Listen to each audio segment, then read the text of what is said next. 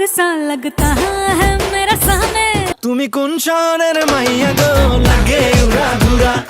Guys finally তো গতকাল তুফান মুভির প্রথম গানটা রিলিজ হয়, তার সাথে পুষ্পা 2 এর দ্বিতীয় গানটাও মুক্তি পায় এবং সোশ্যাল মিডিয়ায় তো গানগুলো আগুন লাগিয়ে দিয়েছে। তাছাড়াও গত ভিডিওতে আমি কেন বলছিলাম উড়াধুরা গানটা কপি, সবকিছুই জানবো, শুধু ভিডিওটার সাথেই থাকুন।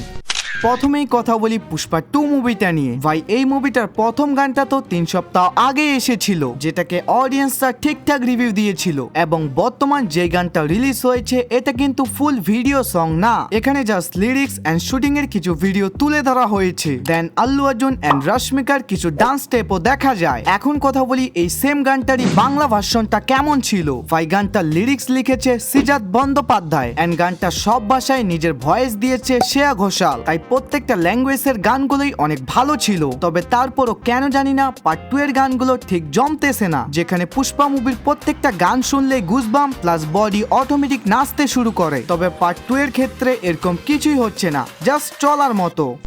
এখন ফাইনালি কথা বলি তুফান মুভির প্রথম গানটা কেমন ছিল, ভালো নাকি খারাপ। ভাই প্রথমেই আমি ক্যামেরাম্যানকে ধন্যবাদ বলবো, কারণ এখানে যেভাবে বারবার break first camera angle change করা হয়েছে জাস্ট ওয়াও। দ্বিতীয়ত এখানে শাকিব খানকে ইয়াং লুকে দেখা যায়, প্লাস তার ডান্স স্টেপগুলো অনেক ভালো ছিল। তৃতীয় মিমি চক্রবর্তীকে দেখতেও পুরাই আগুন লাগতেছিল। এখন আসি ম্যান টপিকে, আসলে কি এই গানটা কপি নাকি ইন্সপায়ার। ভাই আপনাদের বলি গানটা অলমোস্ট অরিজিনাল, তবে হালকা কিছু লিরিক্স অন্য গানের সাথে সিমিলার, তবে ভিডিওতে ক্রেডিটও দেওয়া হয়েছে, তাই এটার জন্য আমরা পুরো গানটাকে কখনোই কপি বলতে পারি না। এবং গত ভিডিওটা দেখার পর আপনাদের মধ্যে ম্যাক্সিমাম লোকই আমাকে হেট দিচ্ছেন, তবে ভাই আমি তো ভিডিও শেষ অংশেই বলেছি যে পুরো গানটা আসার পরই জানা যাবে এটা কপি নাকি ইন্সপায়ার।